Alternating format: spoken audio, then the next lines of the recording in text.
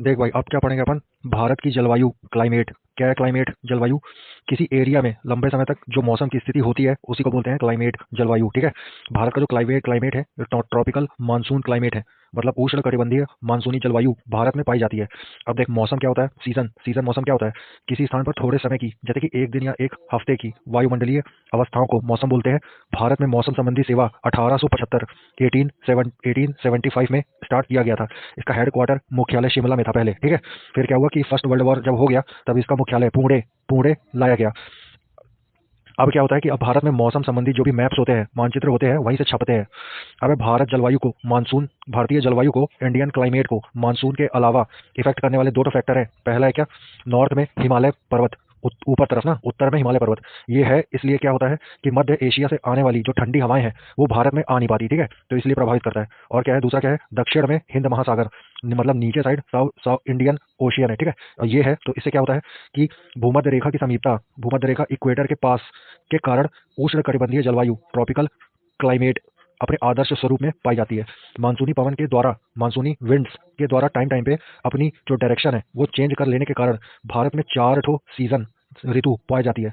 पहला है क्या? शीत ऋतु, विंटर सीजन, 15 दिसंबर से 15 मार्च तक। 15 दिसंबर से 15 मार्च तक विंटर सीजन, शीत ऋतु चलता है। फिर आता है क्या? ग्रीष्म ऋतु, समर। ठीक है। 16 मार्च से 15 जून तक समर, ग्रीष्म ऋतु। ठीक है। फिर थर्ड है क्या? वर्षा ऋतु, रेनी सीजन।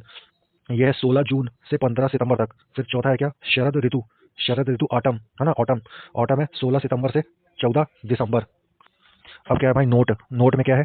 ये जो डेट है ये एक सामान्य बॉर्डर लाइन को तय करती है। मानसून जो पवने हैं उनके आगमन और प्रत्यावर्तन, प्रत्यावर्तन रिवर्जन है ना, बैक में होने वाला जो लेट है, देरी है, इनको पर्याप्त रूप से प्रभावित करता है। उत्तर भारत के मैदानी भागों में ठंडी की ऋतु में वर्षा पश्चिमी विक्षोभों, वेस्टर्न डिस्टर्बेंस या फिर जेट स्ट्रीम के कारण होती है। मोस्ट इंपॉर्टेंट है उत्तरी भारत, ऊपर साइड वाले उत्तरी भारत, नॉर्थ इंडिया के मैदानी भागों में ठंडी में शीत ऋतु में वर्षा पश्चिमी विक्षोभों, वेस्टर्न डिस्टर्बेंस या फिर जेट स्ट्रीम, जेट प्रवाह के कारण होता है। राजस्थान में इस वर्षा को माबट, माबट, माबट, माबट, राजस्थान में इस वर्षा को माबट कहते हैं। किस वर्षा को? शीत ऋतु में जो वर्षा होती है ना, उत्तरी भारत के मैदानी भाग में जो शीत ऋतु में वर्षा होती है वो पश्चिमी विक्षोभों और जेट स्ट्रीम के कारण होती है। राजस्थान में इस वर्षा को मावट बोलते हैं। ठंडी के दिनों में तमिलनाडु के जो कोस्ट, तमिलनाडु के तट पर या कोरोमंडल के तट पर वर्षा जो होती है वो लौटती हुई मानसून या फिर उत्तर पूर्वी, नॉर्थ ईस्ट मानसून के कारण होती है। ग्रीष्म ऋतु में असम और पश्चिम बंगाल में तीव्र आर्द्र हवाएं है ना, ह्यूमिड एयर चलने लगती हैं और गरज के साथ वर्षा होती है। ये हवाओं को पूर्वी भारत में नॉर्वेस्टर बोलते हैं और बंगाल में काल बैसाखी बोलते हैं।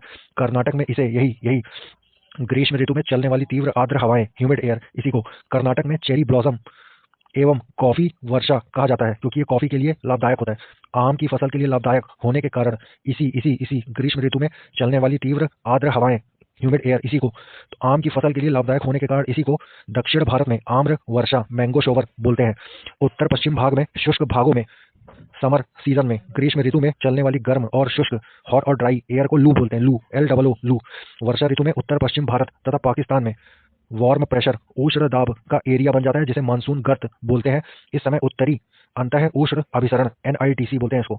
NITC मतलब क्या? North north intertropical, north intertropical convergence, convergence. ठीक है। ये उत्तर की ओर खिसकने लगती है जिसके कारण विषुवत रेखीय पछुआ पवन, इक्वेटोरियल वेस्टर्न विंड एवं दक्षिणी गोलार्ध की दक्षिण पूर्वी वाणिज्यिक पवन, वाणिज्यिक मतलब ट्रेड विंड है ना, विषुवत रेखा को पार करके फैरल के नियम का पालन करते हुए भारत में बहती है, जिसे दक्षिण पश्चिम मानसून, साउथ वेस्ट मानसून, दक्षिण पश्चिम मानसून बोलते हैं। भारत की अधिकांश वर्षा दक्षिण पश्चिम मानसून, साउथ वेस्ट मानसून से होती है। 80% वर्षा होती है दक्षिण पश्चिम मानसून से भारत में। भारत की प्रायद्वीपीय आकृति, पेनिनसुलर शेप के कारण दक्षिण पश्चिम, साउथ वेस्ट के मानसून की दो शाखाओं में बांटा जाता है। पहला है अरब सागर की शाखा, नक्शे में देखना, लेफ्ट साइड AB, AB पढ़ लेना, AB, A से अरब, B से बंगाल, तो लेफ्ट और राइट में AB आएगा।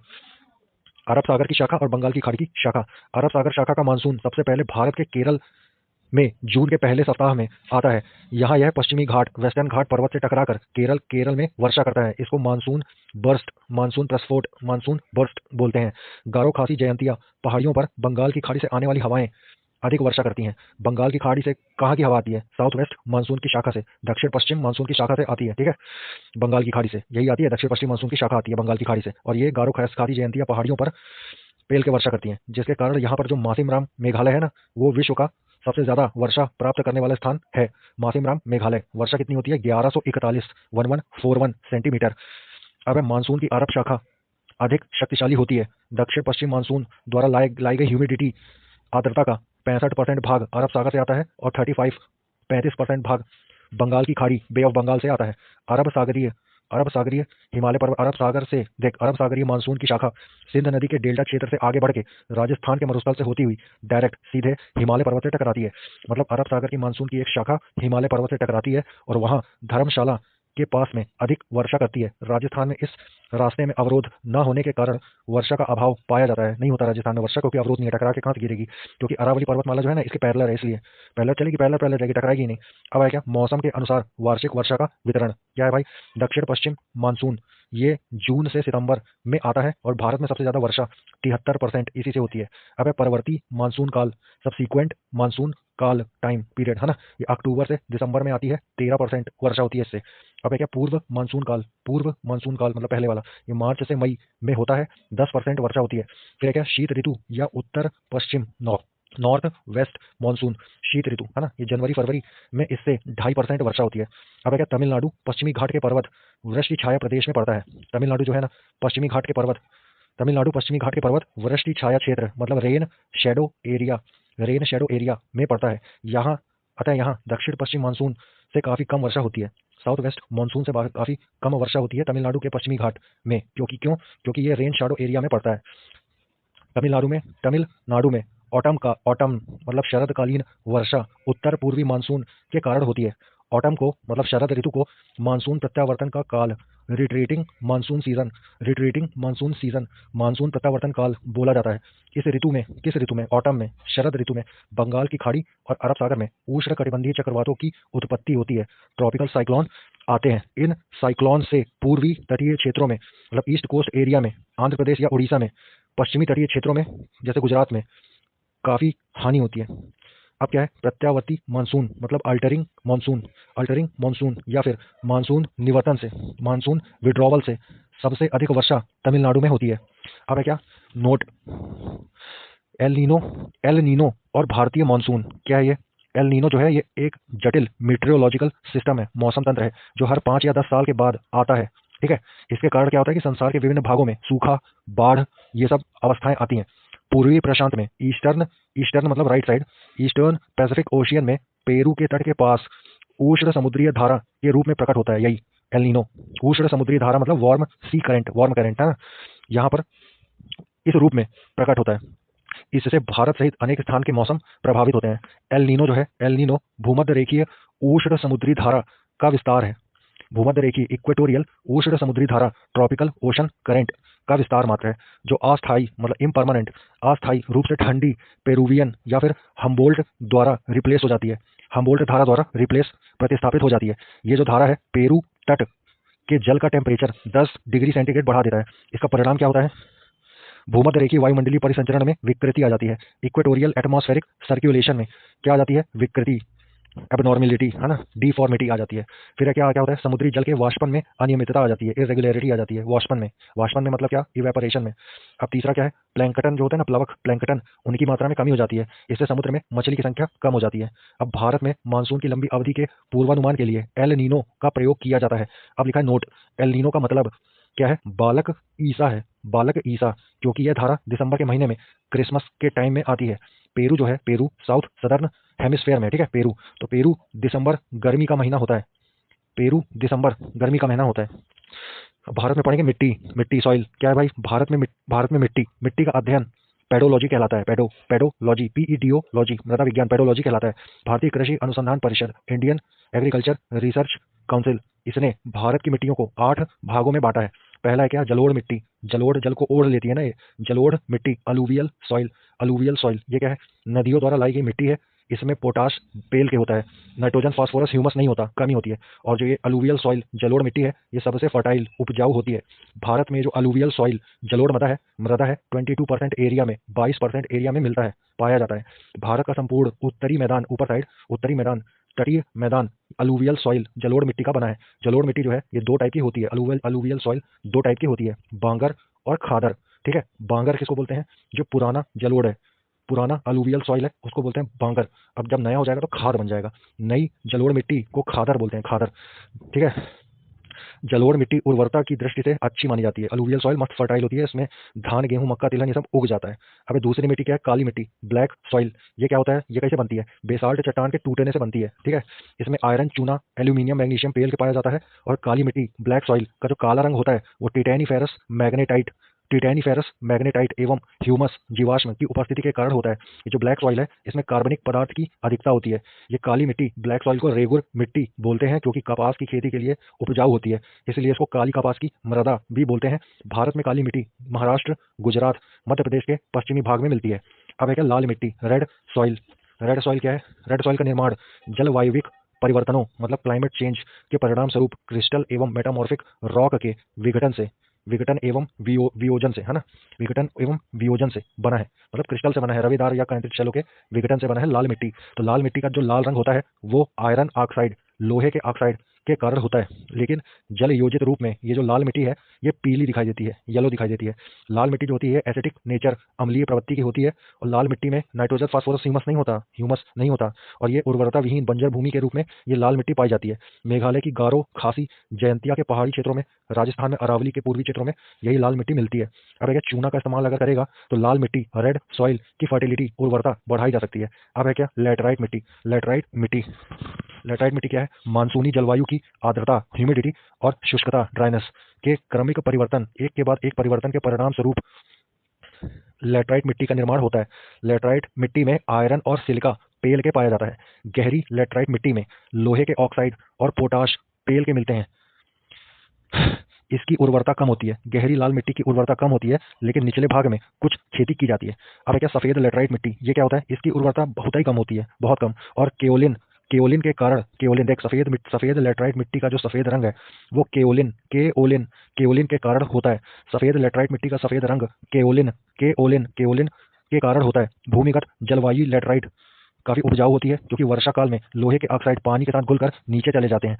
लेटराइट मिट्टी जो है चाय, इलायची, काजू की खेती के लिए उपयुक्त है। अब है नोट, देश में मृदा अपरदन, सॉइल इरोजन व उसके दुष्परिणामों पर नियंत्रण रखने के लिए 1953 में केंद्रीय मृदा संरक्षण board, central soil conservation board का गठन हुआ।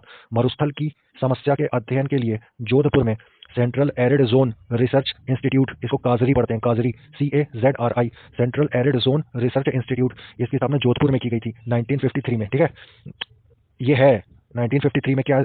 1953 में केंद्रीय मृदा संरक्षण बोर्ड का गठन किया गया था। केंद्रीय मृदा संरक्षण board, central soil conservation board, 1953 में किया गया था। ठीक है भाई। और ये जो Central Arid Zone Research Institute काजरी, CAZRI, Central Arid Zone Research Institute, ये जोधपुर राजस्थान में है। ठीक है, और 1953 में केंद्रीय मृदा संरक्षण बोर्ड का गठन किया गया था मृदा अपरदन, सॉइल इरोजन के नियंत्रण के लिए। ठीक है, अब क्या? भारत में कृषि। देख भाई, पहले ऊपर क्या लिखा है पढ़ ले रहा हूँ इकट्ठा। ठीक है, केंद्रीय मृदा संरक्षण बोर्ड ये 1953 में बना था, 1953 में। ठीक है, अब है क्या? प्रथम हरित क्रांति, पहला ग्रीन रेवोल्यूशन कब हुआ था? 1967 से 1968 में। ठीक है, अब दूसरा हरित क्रांति, सेकंड ग्रीन रेवोल्यूशन, ये 83-84 में हुआ था, 1983 से 1984, 83-84 में। पहला हरित क्रांति 67-68 में, 67-68 में। और द्वितीय हरित क्रांति, सेकंड ग्रीन रेवोल्यूशन 83-84 में, 1983 से 1984 में। ठीक है, देख, जो गर्मी की ऋतु में जो तीव्र आर्द्र हवाएं चलती है ना, ह्यूमिड एयर चलती है, उसको पूर्वी भारत में नॉर्वेस्टर बोलते हैं। पश्चिम बंगाल में काल बैसाखी बोलते हैं। कर्नाटक में चेरी ब्लॉसम बोलते हैं, मतलब कॉफी वर्षा। और केरल में किसको गर्मी में तीव्र आर्द्र हवाओं को केरल में आम्र वर्षा, मैंगो शोवर बोलते हैं। अब अपन पढ़ेंगे क्या? भारत में कृषि। ठीक है, भारत के कुल एरिया का 51% भाग पर कृषि और 4% भूभाग पर चारागाह, पास्चर। ठीक है, और 21% भूमि पर वन और 24% भूमि बंजर है। कृषि राज्य का विषय है। ठीक है, कृषि जो है स्टेट सब्जेक्ट है और संविधान की 7वीं सूची के प्रविष्टि 14 में है। ठीक है, कृषि 7वीं अनुसूची के प्रविष्टि 14 में कृषि है। संविधान के। अब आया नोट, राष्ट्रीय कृषि आयोग नेशनल फार्मर कमीशन 4 अक्टूबर 2006 2006 को सिफारिश प्रस्तुत किया, ये सिफारिश प्रस्तुत की है कि कृषि को राज्य सूची से हटाकर समवर्ती सूची कॉन्करेंट लिस्ट में लाया जाए। अब है क्या, भारत के अंतरिम मंत्रिमंडल 1946 में स्वतंत्र, भारत के पहले मंत्रिमंडल 1947 में कृषि और खाद्य मंत्री राजेंद्र प्रसाद, प्रसाद खाएगा ना तो खाद्य मंत्री है, राजेंद्र प्रसाद को, डॉक्टर राजेंद्र प्रसाद को बनाया गया था। देश की कुल श्रम शक्ति का 48.9% मतलब 49% भाग कृषि और इससे इससे संबंधित उद्योग धंधों से आजीविका चलता है। ठीक है। अब है क्या, भारत में खाद्यान्नों के अंतर्गत कुल एरिया का 47% भाग पर चावल की खेती होती है। भारत में मुख्य खाद्य फसल चावल है। भारत विश्व का 21.7 चावल उत्पादन करता है। चावल उत्पादन में भारत का विश्व में सेकंड, दूसरा स्थान है, पहला चीन का है। अब आया नोट, भारत में खाद्य फसलों फूड क्रॉप्स में सबसे अधिक चावल का उत्पादन होता है। IR20 ये चावल की अधिक पैदावार करने वाली किस्म है, टाइप है। अब क्या, विश्व में गेहूं उत्पादन में चीन के बाद भारत का दूसरा स्थान है। भारत जो है विश्व का 12% गेहूं उत्पादन करता है। देश की कुल कृषि योग्य भूमि का 14% भाग पर गेहूं उगाते हैं। देश में गेहूं के उत्पादन में उत्तर प्रदेश फर्स्ट रैंक में है, जबकि प्रति हेक्टेयर के उत्पादन में पंजाब फर्स्ट रैंक में है। हरित क्रांति ग्रीन रेवोल्यूशन का सबसे अधिक प्रभाव गेहूं और चावल की खेती पर पड़ा, परंतु चावल की तुलना में गेहूं के प्रोडक्शन उत्पादन में वृद्धि हुई। अब आया नोट, मैक्सिको तथा फिलीपींस में क्रमशः चावल और मैक्सिको में गेहूं और फिलीपींस में चावल की अधिक उत्पादकता की किस्में विकसित की गई है। ठीक है, मैक्सिको में गेहूं और फिलीपींस में चावल की अधिक उत्पादकता की किस्में विकसित की गई है। भारत में ग्रीन रेवोल्यूशन हरित क्रांति लाने का श्रेय डॉक्टर MS स्वामीनाथन को है। 1967 से 1968 के बीच में पहली हरित क्रांति फर्स्ट ग्रीन रेवोल्यूशन चला था, और फर्स्ट ग्रीन रेवोल्यूशन के बाद जो सेकंड ग्रीन रेवोल्यूशन द्वितीय हरित क्रांति 1983 से 1984 में स्टार्ट हुई। ठीक है। अब आया नोट, भारत में श्वेत क्रांति व्हाइट रेवोल्यूशन दूध वाला, उसका जनक कौन है? डॉक्टर V कुरियन को मानते हैं। अब क्या, भारत में कृषि क्रांतियां क्या क्या, हरित क्रांति क्या है? खाद्यान्न उत्पादन से संबंधित है। ठीक है। अब श्वेत क्रांति व्हाइट रेवोल्यूशन ये दूध उत्पादन मिल्क प्रोडक्शन से संबंधित है। अब है क्या, नीली क्रांति ब्लू रेवोल्यूशन, नीली क्रांति ये मत्स्य उत्पादन मछली उत्पादन से संबंधित है। अब है भूरी क्रांति ब्राउन रेवोल्यूशन, भूरी क्रांति ये भूरा भूरा उर्वरक होता है ना, फर्टिलाइजर, तो इसके उत्पादन से संबंधित है भूरी क्रांति। अब है सिल्वर रेवोल्यूशन रजत क्रांति ये अंडा उत्पादन से संबंधित है। अब पीली क्रांति येलो रेवोल्यूशन, येलो क्या होता है? तिलहन। ठीक है, ऑयल सीड से पीली क्रांति है। ठीक है। अब कृष्ण क्रांति क्या करेगा? कृष्ण क्रांति ब्लैक रेवोल्यूशन ये बायोडीजल उत्पादन से संबंधित है। अब है रेड रेवोल्यूशन लाल क्रांति ये टमाटर और मांस के उत्पादन से संबंधित है। अब है पिंक रेवोल्यूशन गुलाबी क्रांति ये झींगा मछली से संबंधित है। अब है क्या, बादाम होता है ना, बादाम, वही वाला बादामी क्रांति ये मसाला उत्पादन से संबंधित है। मसाला उत्पादन से संबंधित क्रांति रेवोल्यूशन बादामी क्रांति है। अब है सुनहरी क्रांति ये फल के उत्पादन से फ्रूट प्रोडक्शन से संबंधित है। सुनहरी क्रांति फूड प्रोडक्शन फल उत्पादन से संबंधित है। सुनहरी क्रांति। अब आया अमृत क्रांति ये नदी जोड़ो परियोजना है, अमृत क्रांति। अब आया गोल क्रांति, गोला ना, गोल वाला, गोला क्या होता है? आलू। ठीक है, गोल क्रांति ये आलू उत्पादन से संबंधित है। गोल क्रांति ये आलू उत्पादन से संबंधित है। अब आया स्वर्ण क्रांति ये बागवानी से संबंधित है, बागवानी से। स्वर्ण क्रांति ये बागवानी से संबंधित है। अब है खाकी होता है, खाकी क्रांति चमड़े से संबंधित है, चमड़े से। ठीक है। और भारत में व्हाइट रेवोल्यूशन का जनक, श्वेत क्रांति का जनक डॉक्टर V कुरियन को माना जाता है। तिलहन प्रौद्योगिकी मिशन की स्थापना 1986 में तिलहन प्रौद्योगिकी mission technology mission for oil seeds. ठीक है, तिलहन प्रौद्योगिकी मिशन की स्थापना 1986 में किया गया था। भारत में उर्वरक उत्पादन फर्टिलाइजर प्रोडक्शन एवं उपभोग में कंजम्पशन में विश्व में भारत थर्ड रैंक पे तीसरे स्थान पर है, जबकि चाइना और अमेरिका फर्स्ट और सेकंड स्थान पे है। भारत में नाइट्रोजन उर्वरक की अपनी खपत का 94% तथा फॉस्फेटी उर्वरक की खपत का 82% ही उत्पादन करता है भारत। ठीक है। अब है क्या, पोटेशियम उर्वरक का पूरी तरह आयात किया जाता है भारत में, इंपोर्ट किया जाता है पोटेशियम फर्टिलाइजर। अपने यहाँ भारत में पोटेशियम फर्टिलाइजर का इंपोर्ट किया जाता है, आयात किया जाता है, मतलब बाहर से मंगाते हैं। ठीक है। अब है क्या, आम केला चीकू खट्टे नींबू काजू काली मिर्च इन सब में भारत पहला स्थान है। नारियल अदरक हल्दी इन सब में भारत पहला स्थान है। काजू काली मिर्च नारियल आम केला चीकू इसमें भारत पहले स्थान पे है। फलों और सब्जियों में भारत दूसरे स्थान पे है, क्योंकि पहले स्थान पर चाइना है। फलों और सब्जियों में पहले स्थान पर चाइना है और दूसरे स्थान पर भारत है। अब विश्व में तंबाकू का सबसे बड़ा उत्पादक और उपभोक्ता, मतलब प्रोड्यूसर और कंज्यूमर चाइना है, और भारत का तंबाकू में तीसरा स्थान है। तंबाकू तीसरा ना। अब ये तंबाकू की पत्तियों को सुखाने का जो प्रोसेस होता है उसको क्यूरिंग बोलते हैं। इससे पत्तियों में डिजायर्ड कलर मतलब वांछित रंग, गंध, इन सब गुणों का विकास किया जाता है। भारत में चाय की खेती 1840 में असम की ब्रह्मपुत्र वैली, ब्रह्मपुत्र घाटी में स्टार्ट हुई थी। चाय की पत्तियों में कैफीन मिलता है और टैनिन मिलता है, ठीक है। कैफीन और टैनिन ये चाय की पत्ती में मिलता है। भारत में सर्वोत्तम चाय दार्जिलिंग पश्चिम बंगाल में पैदा होती है। भारत में सर्वोत्तम चाय दार्जिलिंग पश्चिम बंगाल में पैदा होती है। विश्व प्रसिद्ध उलुंग चाय, उलुंग किस्म की चाय, देख उलुंग जो है ना, उलुंग, उलुंग, उलंग, उलंग लिखा है, उलंग, उलंग जो किस्म है ये चाय की है और ये ताइवान में पैदा होती है। विश्व प्रसिद्ध उलंग किस्म की चाय ताइवान में पैदा होती है। सबसे उच्च कोटि का कहवा कॉफी अरेबिका होता है, ठीक है। अरेबिका कॉफी, ठीक है। तो कॉफी की अन्य दो किस्म कौन सा है, रोबस्ता और लिबेरिका। लिबेरिका और रोबस्ता ये कॉफी की किस्म है। और कॉफी की उच्च किस्म हाई क्वालिटी वाला कॉफी कौन सा है, अरेबिका। और कॉफी कहवा की अन्य दो कोई किस्म क्या है, रोबस्ता और लिबेरिया, ठीक है। और उलंग चाय ये कहाँ होती है, ताइवान में। अब आया नोट, मोचा कॉफी ये यमन में उगाई जाती है। मोचा कॉफी, मोचा कहवा, मोचा कॉफी ये यमन में उगाई जाती है। यमन का कैपिटल क्या था, सना, सना। मक्का में मक्का में व्हाइट बड मक्का में व्हाइट बड एवं धान मतलब चावल में खैरा रोग जिंक की कमी के कारण होता है।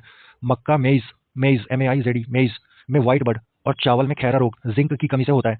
भारत में फूलों की खेती का 9% ऑर्किड से प्राप्त होता है। ऑर्किड एक रंगीन और मनमोहक फ्लावर प्लांट पुष्पीय पौधा है।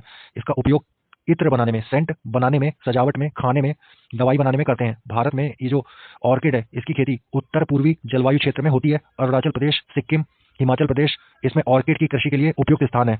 अरुणाचल प्रदेश को ऑर्किड स्टेट बोला जाता है। मोस्ट इंपॉर्टेंट है, अरुणाचल प्रदेश को ऑर्किड स्टेट बोला जाता है। क्या है, भारत में फूलों की खेती का 9% ऑर्किड से प्राप्त होता है। ऑर्किड जो होता है ये रंगीन और फ्लावर प्लांट होता है, मनमोहक पुष्पीय पौधा होता है। इसका प्रयोग सेंट बनाने में, इत्र बनाने में, सजावट के रूप में, फूड खाद्य के रूप में, दवाइयाँ बनाने में होता है ऑर्किड का यूज। भारत में अरुणाचल प्रदेश को ऑर्किड स्टेट कहा जाता है। ग्वार अथवा क्लस्टर बीन, ग्वार या फिर क्लस्टर बीन लेग्यूमिनस फसल है। ग्वार के सीड्स जो होता है, ग्वार के जो बीज होता है, ग्वार गोंद को उत्पन्न करने के लिए रॉ मटेरियल कच्चा पदार्थ के रूप में प्रयोग करते हैं, ठीक है। हाइड्रोलिक फ्रैक्चरिंग टेक्निक में इसका उपयोग किया जाता है। वैश्विक स्तर पर तेल और गैस उद्योग द्वारा इसका प्रयोग, किसका, ग्वार गोंद का प्रयोग हाइड्रोलिक फ्रैक्चरिंग टेक्निक में किया जाता है। वर्तमान में शेल गैस के एक्सट्रैक्शन, शेल गैस के निष्कर्षण के लिए ग्वार गोंद की उच्च मांग है, ठीक है। ग्वार गोंद की उच्च मांग है, हाई डिमांड है ग्वार गोंद। भारत विश्व में ग्वार गोंद का सबसे बड़ा प्रोड्यूसर, उत्पादक है।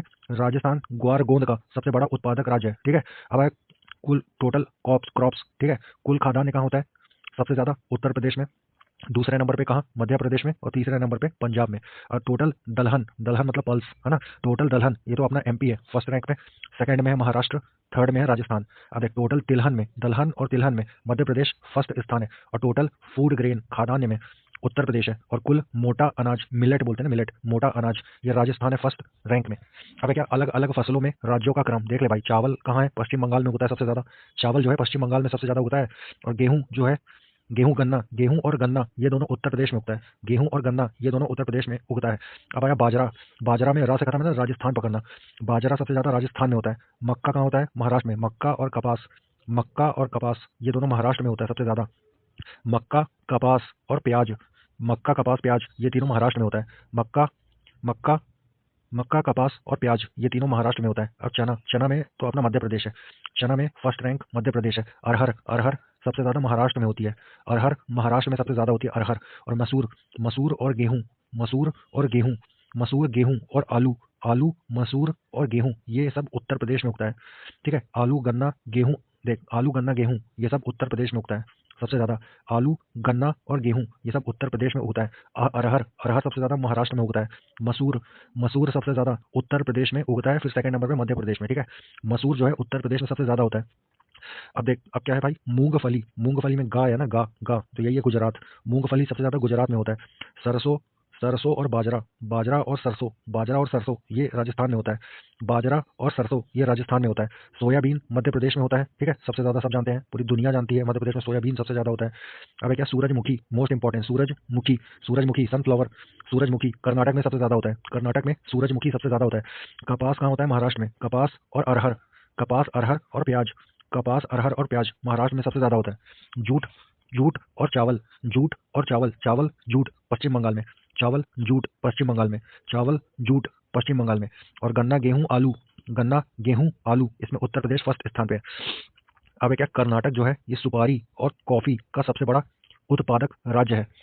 नासिक में अंगूर, नासिक जो है ना महाराष्ट्र का नासिक, यहाँ पर अंगूर की पैदावार के लिए प्रसिद्ध है नासिक, ठीक है। अब भारत में प्राकृतिक रबर, नेचुरल रबर का सबसे अधिक उत्पादक राज्य केरल है। और आंध्र प्रदेश जो है ये सबसे बड़ा मसाला उत्पादक राज्य आंध्र प्रदेश है। सबसे बड़ा मसाला उत्पादक राज्य आंध्र प्रदेश है। सबसे अधिक मात्रा में केसर जम्मू कश्मीर से प्राप्त होता है। सिक्किम को जैविक खेती, ऑर्गेनिक फार्मिंग करने के लिए करने वाला भारत का प्रथम राज्य घोषित किया है। देख, जैविक खेती करने वाला भारत का पहला राज्य सिक्किम है, ठीक है। अरहर, अरहर को बोलते हैं तुर, है ना, तुर तुर तुर। तो अरहर को लाल चना तथा पीजन पी, पीजन पी, अरहर को लाल चना तथा पीजन पी बोला जाता है। लंबे रेशे वाली अमेरिकन कपास को देश के उत्तर पश्चिम भाग में नरमा, नरमा न र म नरमा बोलते हैं। कपास पर फूल आने के टाइम पे आकाश में बादल नहीं होना चाहिए, बादल नहीं होना चाहिए, ठीक है। कपास पर फूल आने के टाइम पे आकाश में बादल रहित होना चाहिए, बादल रहित मतलब बादल नहीं होना चाहिए। अब पढ़ेंगे क्या नोट, नोट में क्या है, विश्व में लंबे रेशे के कपास का सबसे बड़ा उत्पादक और निर्यातक यूएसए है, अमेरिका, ठीक है। अब क्या, अन्न भंडारण, फूड स्टोरेज करते समय दानों में, सीड्स में, दानों में नमी 10%, 10% से नीचे होना चाहिए, नहीं तो कीट प्रकोप हो जाएगा, फैला जाएगा। फिर क्या है, दलहनी फसलों के उत्पादन के लिए, पल्स क्रॉप्स होता है ना दलहनी फसल, उसको उगाने के लिए कोबाल्ट, कोबाल्ट बहुत आवश्यक है। अब क्या है, ऋतुओं के आधार पर फसलों का वर्गीकरण यही पढ़ेंगे, रबी, खरीफ और गर्मा, ठीक है। अपन सबसे पहले पढ़ेंगे रबी। रबी कहाँ है भाई, रबी, रबी अपन को पढ़ना है, रबी में ट्रिक ओनमा, ऑन मा, ओ एन एम ए, ओनमा, रबी ओनमा, रबी ओनमा, ओनमा मतलब ओ एन, फिर एम ए, ओ एन मतलब अक्टूबर नवंबर, और एम ए मतलब मार्च अप्रैल, ठीक है। रबी की फसल ओनमा। बुआई कब करते हैं रबी को, ऑन में, अक्टूबर नवंबर में। और रबी की फसल को काटते हैं किसमें, माह में, ऑन माह, एम ए, है ना, मार्च अप्रैल में काटते हैं। रबी की फसल की बुआई अक्टूबर नवंबर में करते हैं और रबी की फसल को काटते हैं मार्च अप्रैल में, ऑन माह, रबी की फसल ऑन माह। अब रबी की फसल है कौन सी, सच जोगे आराम, सच जोगे आराम, सच जोगे आराम, ये रबी की फसल का एग्जाम्पल है। रबी की फसल का एग्जाम्पल सच जोगे आराम, सच सरसों चना, ठीक है, और जोगे जौ और गेहूं, ठीक है। आराम, आराम में क्या, आलू, राई और मटर। सच जोगे आराम ये रबी की फसल है। और ओनमा, ऑन देख ज्यादा नहीं याद करना है, रबी की फसल बोलेंगे तो ओनमा पढ़ना, ओनमा, ओनमा, ओ एन एम ए। अक्टूबर नवंबर में बोई जाती है और मार्च अप्रैल में काटी जाती है रबी की फसल। और जब एग्जाम्पल बोलेगा तो सच जोगे आराम याद आएगा, ठीक है। सच मतलब सरसों, चा से चना, जोगे जौ और गेहूं, आराम में आलू, राई और मटर, ठीक है। अब आया क्या, खरीफ की फसल। खरीफ की फसल में, खरीफ, खरीफ लग रहा है ना, जूजू नदी, जूजू नदी, जूजू नदी, ये खरीफ की फसल की बुआई जूजू, जून जुलाई में बोई जाती है खरीफ की फसल। और खरीफ की फसल को काटना है तो नदी नवंबर और दिसंबर में काटी जाती है खरीफ की फसल, जूजू नदी खरीफ, ठीक है। खरीफ की फसल जूजू नदी, जून जुलाई में बोई जाती है और नवंबर दिसंबर में काटी जाती है। अब खरीफ की फसल का एग्जाम्पल, उधमबाज मूकसो, उधमबाज, उधमबाज मूकसो मोस्ट इंपॉर्टेंट है। खरीफ की फसल का एग्जाम्पल जूजू नदी और क्या, उधमबाज मूकसो, उधमबाज, उधमबाज मूकसो। उधम मतलब उड़द, धा से धान और माँ से मक्का, बाज में क्या, बाजरा और ज्वार, ठीक है। और मूकसो, मूकसो मतलब मूंगफली, कपास और सोयाबीन। उधमबाज मूकसो, उधमबाज मूकसो ये खरीफ की फसल का एग्जाम्पल है। उधमबाज, उधम मतलब उड़द, धान और मक्का, बाज मतलब बाजरा और ज्वार, मूकसो मूंगफली, कपास और सोयाबीन। और तीसरी फसल कौन सी है, गर्मा फसल, गर्मा, गर्मा, गर्मा फसल, ये मई जून में बोते हैं, जुलाई अगस्त में काटते हैं। गर्मा फसल में क्या आता है, राई, मक्का, ज्वार, जूट, मड़ुआ। अब अपन पढ़ेंगे क्या, फसल, क्रॉप्स और उनका जन्म स्थान, कहाँ से उगे हैं, ओरिजन कहाँ से हुआ है। धान का ओरिजन, धान फसल का जन्म स्थान भारत और इंडोनेशिया है। धान मतलब चावल, ठीक है। धान फसल का ओरिजन, जन्म स्थान भारत और इंडोनेशिया है, ठीक है। अब आएगा मक्का, मक्का मध्य अमेरिका, मक्का का जन्म स्थान मध्य अमेरिका है। अब आया गेहूं, गेहूं, गेहूं का जन्म स्थान मध्य एशिया है, गेहूं का जन्म स्थान मध्य एशिया है। अब है तंबाकू, तंबाकू का जन्म स्थान साउथ अमेरिका है, तंबाकू का जन्म स्थान दक्षिणी अमेरिका है। अब है रबड़, रबड़ और तंबाकू दोनों का जन्म स्थान दक्षिण अमेरिका है, लेकिन रबड़ का जन्म स्थान ब्राजील है, ब्राजील, साउथ अमेरिका का ब्राजील है रबड़ का, ठीक है। अब है उड़द का, उड़द हो गया, उड़द का भारत है। और मसूर का चीन है, मसूर को बोलते हैं क्या, रेड लेंटिल, ठीक है। तो जौ, सोयाबीन और चाय, इन सब का जन्म स्थान चीन है। जौ मतलब बार्ले, ठीक है, सोयाबीन तो जानते ही है। जौ, मसूर, सोयाबीन और चाय, इन सब का जन्म स्थान चाइना है। अमरूद का जन्म स्थान अमेरिका है, अमरूद का गुआवा बोलते हैं ना, गुआवा, अमरूद का जन्म स्थान अमेरिका है। अब आया टमाटर, टमाटर में माँ आ रहा है ना, मैक्सिको निकालना है, टमाटर का जन्म स्थान मैक्सिको है। और बाजरा, बाजरा मतलब मिलेट, बाजरा का जन्म स्थान अफ्रीका है। अफ्रीका में क्या है जन्म स्थान? अरहर और बाजरा। अरहर और बाजरा ये दोनों का जन्म स्थान अफ्रीका है। अरहर अरहर और बाजरा इन दोनों का जन्म स्थान अफ्रीका है। ठीक है। और तंबाकू और रबड़ दोनों का जन्म स्थान दक्षिण अमेरिका है। ठीक है। अब आया क्या भाई अपने पास? अरहर अरहर और बाजरा दोनों अफ्रीका का जन्म स्थान है।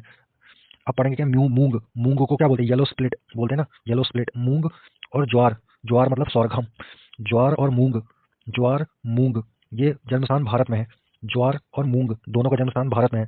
चाय का जन्म स्थान चीन है। कहवा कॉफी का जन्म स्थान ब्राजील है। आलू का पेरू है। आलू पेरू आलू पेरू आलू पेरू आलू का जन्म स्थान पेरू है। अब आया गन्ना। गन्ना का जन्म स्थान भारत है। जन्म स्थान देख ले, मूंग, ज्वार, उड़द और धान इन सब का जन्म स्थान भारत है।